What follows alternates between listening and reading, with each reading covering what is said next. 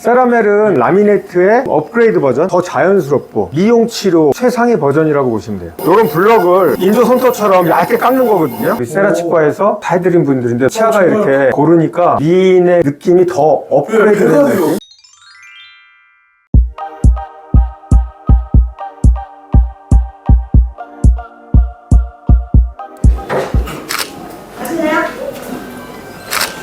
안녕하세요. 안녕하세요. 치과 원장님 아니세요? 저희 치과는 다른 과, 메디칼 어느 과보다도 카메라를 굉장히 많이 쓰는 과예요. 카메라만 한 5대 갖고 있고, 이쁘게 잘 나오게 찍으려면 스튜디오용까지는 아니지만 그래도 뭐 한 500만원, 600만원 정도 급은 써야 이쁘게 디테일하게 잘 나올 수 있어요. 수준급은 아니지만 치과의사들 사진 잘 찍으시는 분들 굉장히 많아요. 비포, 애프터가 정말 중요하잖아요. 네, 중요하고 눈으로 보이는 거를 못 담아내는 게 너무 아쉬워요. 카메라로 찍으면 프러쉬가 탁 터지고 그러면서 빛 반사 때문에 색감도 달라지고 질감도 완전 다르게 보이거든요. 사진 뭐 저는 우리가 다 찍어놨지만 제가 원하는 퀄리티에는 한 50%도 못 미치는 사진들이에요. 육안으로 실제로 보면 더 좋은 장비, 조명도 엄청 좋게 찍으면 실제 눈으로 보는 것처럼 나올 수 있는데 그렇게 찍으려면 완전히 갖춰놓고 찍어야 되거든요. 그럼 환자분들 싫어하시죠. 힘들고. 그래서 현실적으로는 그렇게 못하는 게 좀 아쉽고 그렇죠. 많은 분들이 질문을 해주셨어요. 세라멜이 도대체 뭐예요? 세라멜은 미용치료의 한 파트라고 보면 되는데 예전부터 있었던 라미네이트의 업그레이드 버전. 라미네이트는 두꺼운 걸 썼기 때문에 치아 삭제량이 많았던 반면에 세라멜은 아주 얇아졌어요. 거의 안 갈고 붙여도 튀어나와 보이지도 않고 얇으니까 더 본치아색이 비쳐 보이니까 더 자연스럽고 인위적이지 않고 그리고 적게 갈기 때문에 에나멜 표면이 그대로 남아있어서 접착력이 아주 세지고 그런 장점들이 많아진 치료라고 보면 돼요. 미용치료 최상의 버전이라고 보시면 돼요. 그럼 연예인 라미네이트 막 관심 엄청 많잖아요. 네네네. 라미네이트? 무서워. 부작용 있는 거 아니야? 이런 걱정들 많이 접해보셨죠? 많이 있죠. 라미네이트라는 게 2000년도 중반에 우리나라에서 한번 확 휩쓸고 갔거든요. 근데 그때 병원에서도 자꾸 탈락이 많이 되니까 일부 병원에서 탈락을 방지하기 위해서 치아를 좀 많이 갈았어요. 당연히 많이 갈면 도자기도 두껍게 될 수 있잖아요. 깨지지도 않고 잘 안 떨어지고 하는 의사 입장에서는 편한데 그 근본 취지랑은 완전히 다르게 간 거죠. 그런데 요즘에 라미네이트의 업그레이드 버전은 얇아졌기 때문에 가족한테도 권해줄 수 있는 그런 치료가 됐다고 생각합니다. 실제로 사랑하는 가족분께도 예, 저는 제 집사람도 했고 우리 장모님도 해드렸고 저희 아버지도 해드렸고 곧 저도 할 예정입니다. 기공사분들이 대략 몇 분이 지금 저희는 5명이고요. 5분이나 계세요. 네네네. 그럼 기공사를 이렇게 많이 두시는 이유는 좀 더 고객분들에게 빨리 하루에 위아래 16개를 보통 하시는데요. 하루에 다 끝내려면 여러 사람들이 같이 일을 시작해야 돼요. 그리고 저희는 어쨌든 깎는 장비를 5대가 있기 때문에 하루에 맥시멈 3분까지 할 수 있는 거거든요. 3분이 만약에 동시에 하러 오면 5명이 없이는 도저히 불가능해요. 보통 이제 이 기계가 없는 병원에서는 한 일주일 정도, 그래서 저희도 전부 예약제로 하고 있고 일주일 전에 예약을 해서 거기에 해당하는 의사, 기공사, 스태프들이 세팅이 딱 돼 있어야지 할 수가 있어요. 이런 블럭을 인조 손톱처럼 얇게 깎는 거거든요. 여기가 보통 10분 정도 걸려요. 지금 여기 남은 작업 시간 2분 53초 나왔죠? 그래서 오늘도 한 분이 16개를 하시는 분이 있어서 그분 거 지금 하고 있는 중입니다. 와, 이게 하루 만에 가능한 시대네요. 네네. 앞으로도 이 분야는 계속 발전할 것 같아요. 디자인을 하고 있는 중입니다.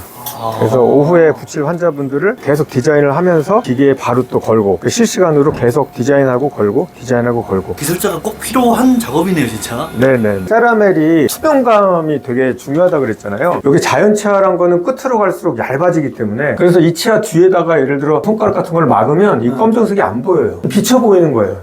끝으로 가면서 얇아지니까. 그런데 우리가 만드는 세라믹은 한 색깔로 돼 있는 거를 얇게 만들어서 그냥 판을 붙이다 보니까 이게 재현이 잘 안 돼요. 가끔 TV 같은 데 보면 너무 하얘서 부담스럽다 이런 거 있잖아요, 가끔. 그런 게 이제 요 위처럼 만들면은 그렇게 되는 건데 요런 소재들은 투과도가 별로 없는 거예요. 제일 앞에 거가 아주 불투명한 소재의 세라믹이거든요. 그러니까 이걸 쓰면은 안에 치아 색깔이 안 비쳐 보이니까 작업 공정은 굉장히 심플해져요. 의사 입장에서 굉장히 편하지만 붙였을 때 빛 투과가 없기 때문에 그냥 이렇게 보이는 거예요. 우리가 연구하고 있는 게 요 투명층들입니다. 요 투명층을 어떻게 해야 되냐면 일일이 그려서 재현을 해야 돼요. 페인팅으로. 왜냐하면 실제로는 비치질 않거든요. 그런데 비치는 것처럼 보이게 페인팅을 해야 된다는 얘기. 근데 그게 상당히 좀 고난이도의 기술이고 여기 이제 계신 분들은 세라 치과에서 다 해드린 분들인데 원장님께서 해주신 거예요? 네네네. 치아가 이렇게 고르니까 미인의 느낌이 더 업그레이드 되는 느낌? 좀 궁금한 게 치아가 많이 좀 엉망인 상태예요. 그래도 저렇게 변할 수가 있나요? 케이스 바이 케이스. 많이 튀어나온 건 많이 갈아야 되잖아요. 그리고 쑥 들어가 있는 거는 두껍게 붙여야 되고 그랬을 때 우리가 두 가지 생각할 게 있어요. 많이 튀어나온 거 많이 간다 그랬잖아요. 많이 갈았을 때 그 치아가 실이지 않을까. 두 번째, 두껍게 붙인 거 하나도 안 비쳐 보일 거 아니에요. 두꺼워졌으니까. 그런데 그 옆에 치아는 얇은 걸 붙였을 거 아니에요. 그러면 같은 소재를 썼어도 최종 색깔이 같을까요? 다를 수밖에 없잖아요. 그거를 다 체크해서 같게 만들어야 돼요. 접착제 색으로도 미세하게 조절을 하지 않으면 못 맞춰요. 그러니까 그런 거 저런 거 속 편하게 하려면 이렇게 만들어 버리는 거예요. 이러면 얇든 두껍든 같은 색이거든요. 그래서 사실 명품과 명품이 아닌 거의 차이는 정말 2% 3%잖아요. 네. 거기서 차이가 나는 것 같아요. 세라 치과를 방문하면은 이 위에 치아로는 저희는 이렇게 한다 그러면 저희는 병원 문을 닫고 싶어요.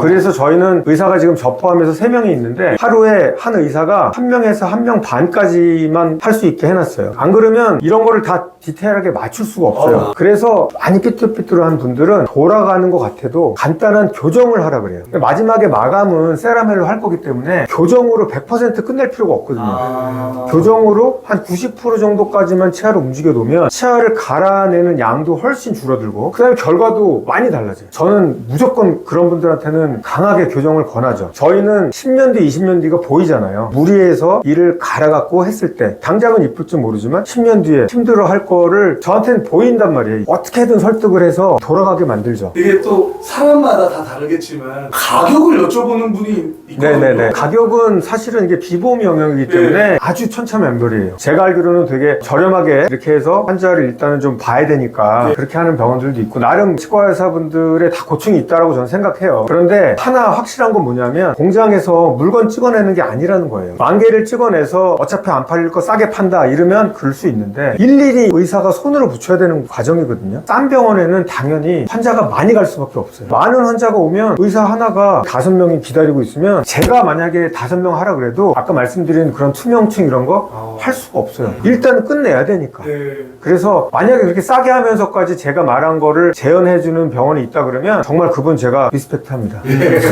그리고 저도 그런 노하우를 좀 배우고 싶고 근데 저는 아직까지는 그런 능력까지는 안 되고 그렇지만 싸게 쫓아가려고는 안 해요. 치과는 그래요. 이게 치료를 해놓으면 거기에 어느 치과에서 치료를 했다라고 써있지도 않지만 저는 그 환자분 하나하나가 그냥 돌아다니는 간판이라고 생각을 하거든요. 다른 치과 갔을 때 평가받을 때 그 치과 의사가 어디서 누가 했어 이런 말 들을까봐 사실 그게 제일 두려워요.